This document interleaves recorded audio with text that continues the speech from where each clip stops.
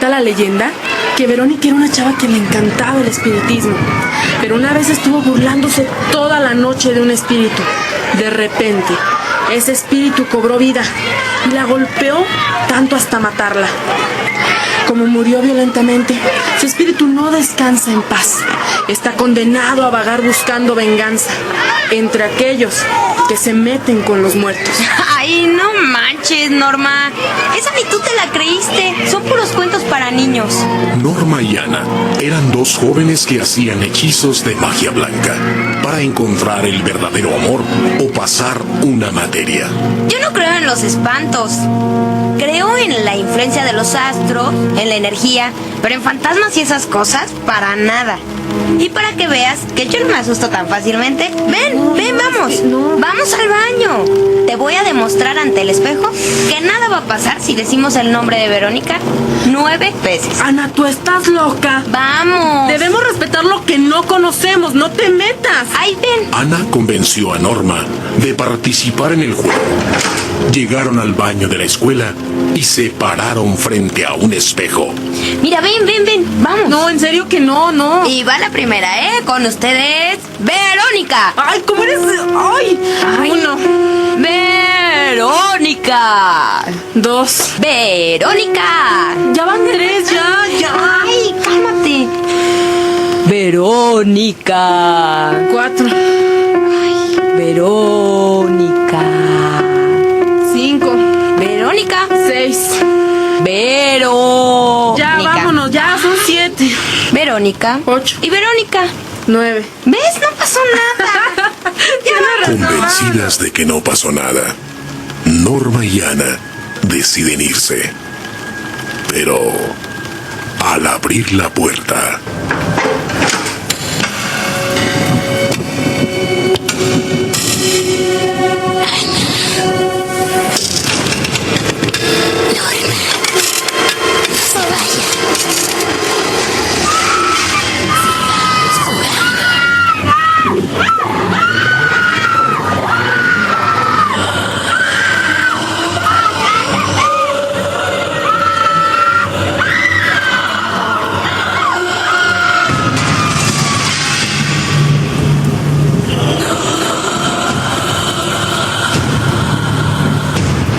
ahora dime, ¿te atreves tú a pararte ante un espejo y decir el nombre de Verónica 9 veces?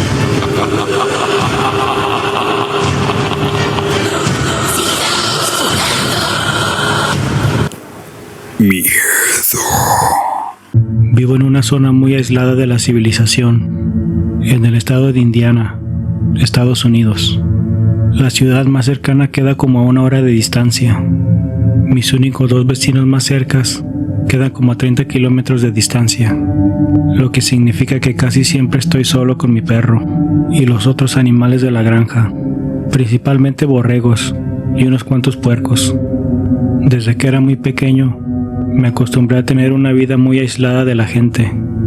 Pasaba mi niñez jugando en el bosque y ayudando a mi padre en lo que pudiera en la granja. Mi casa está rodeada de puro bosque y montañas, y me encanta salir a cazar venados cuando es temporada. Pero hay unas zonas a las que no voy, porque es muy difícil llegar a ellas. En una ocasión, 2 semanas antes de Navidad, decidí ir de cacería por última vez en el año. En un camino estrecho que se adentra al bosque, dejé mi camioneta estacionada. Solo me acompañaba mi perro, mi confiable rifle Remington y mi revólver .357, por si las dudas. Ya habían pasado como 4 horas desde que me había adentrado al bosque, cuando el tiempo empezó a cambiar.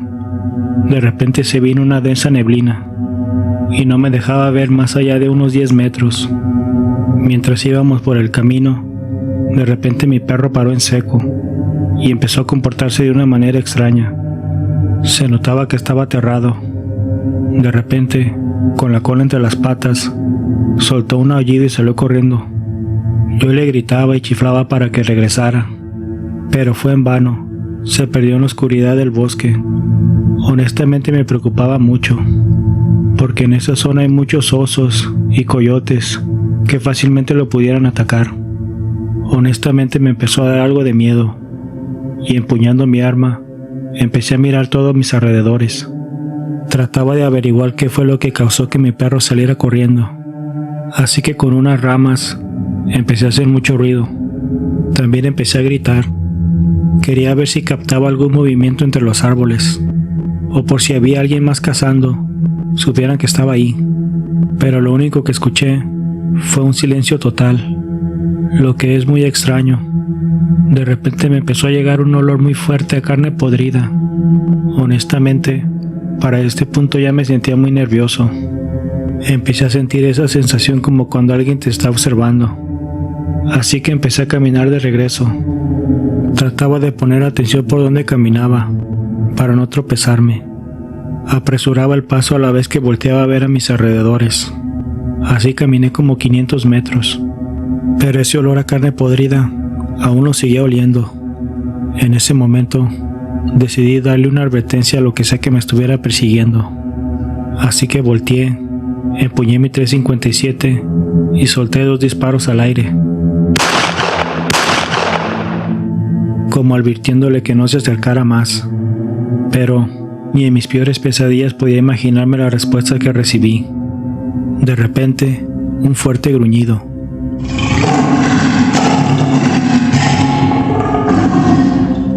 Seguido por unas fuertes sacudidas a los árboles. Lo que sea que fuera, tenía que ser una criatura muy grande para sacudir los árboles de esa manera.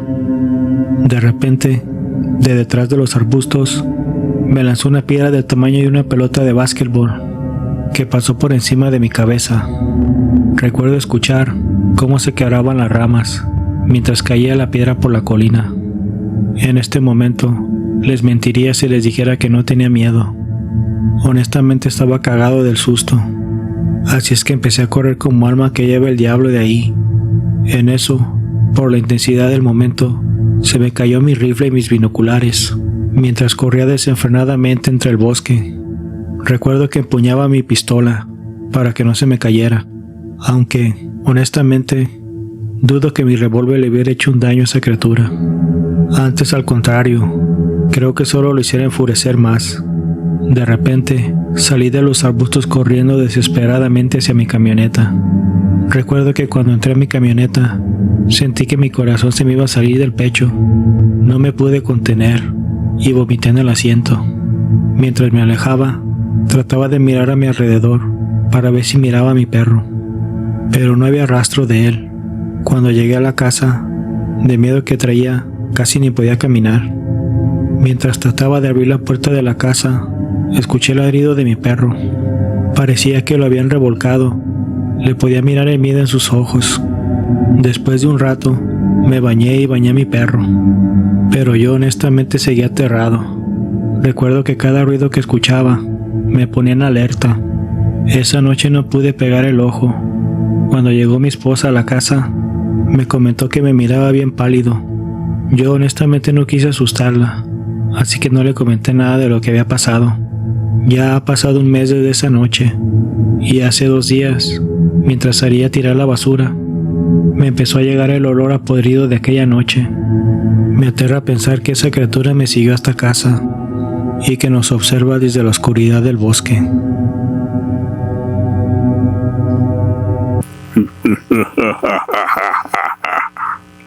¿Alguna vez has escuchado a un gallo cantar en medio de la noche?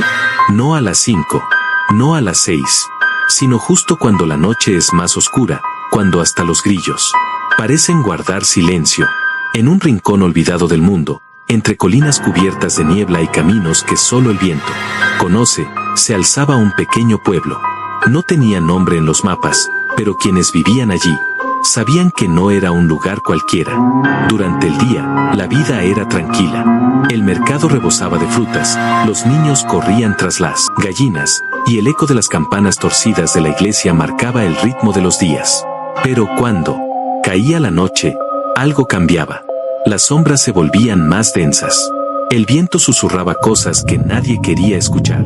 Y, a medianoche, los gallos cantaban. No era un canto alegre, no era anuncio del amanecer.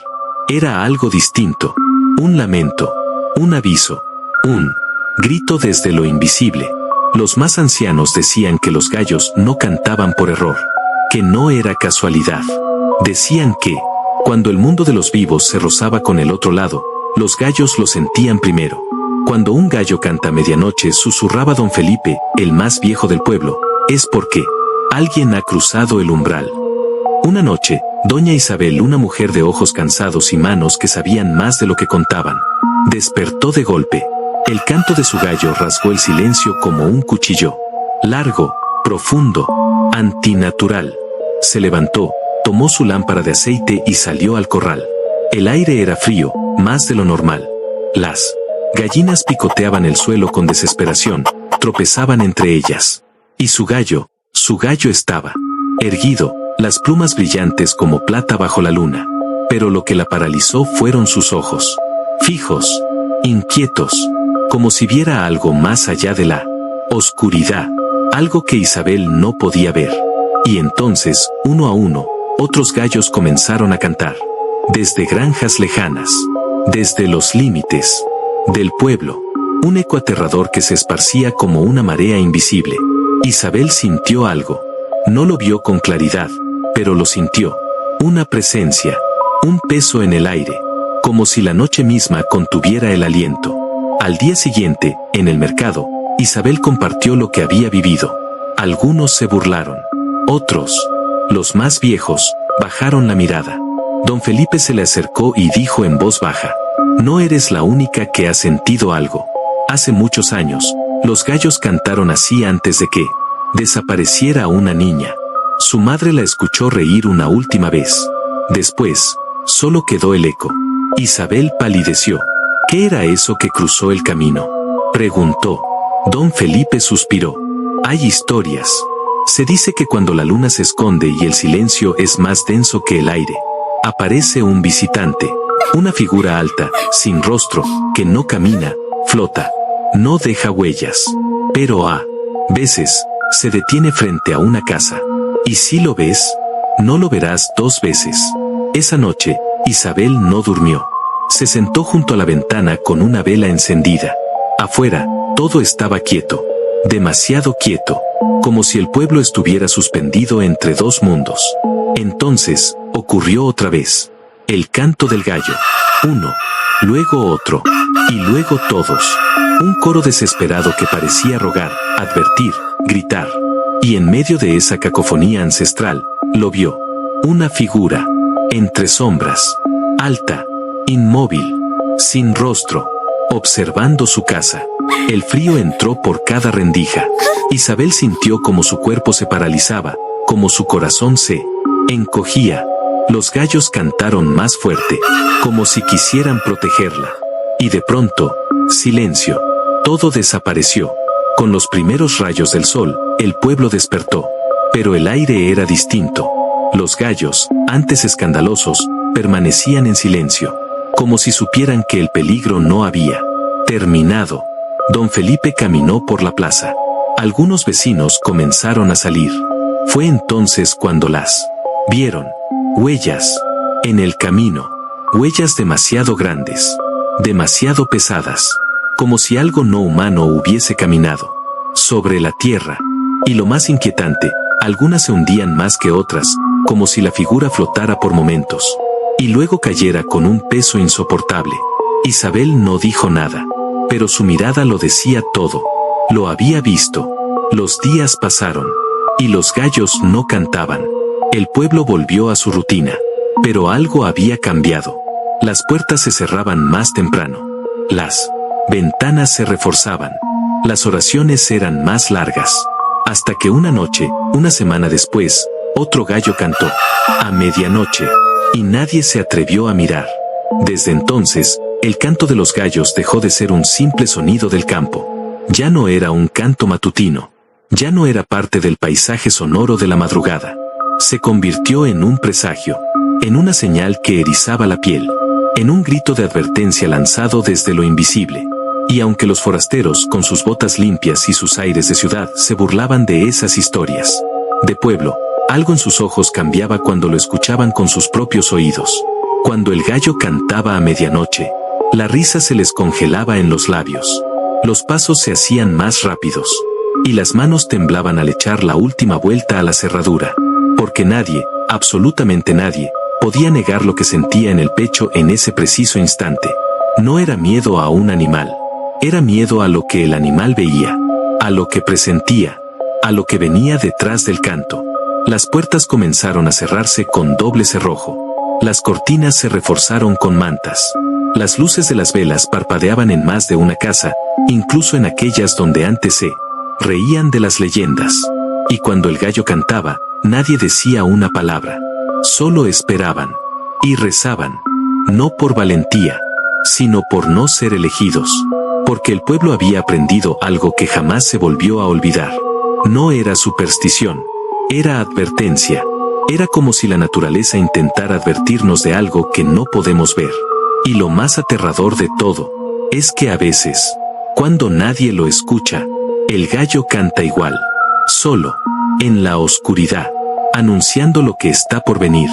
Los animales ven lo que el hombre ha olvidado mirar. Presienten lo que la razón ignora. Y cuando un simple gallo canta en la hora equivocada, quizás no esté desubicado. Quizás sea el único que aún recuerda cómo protegernos.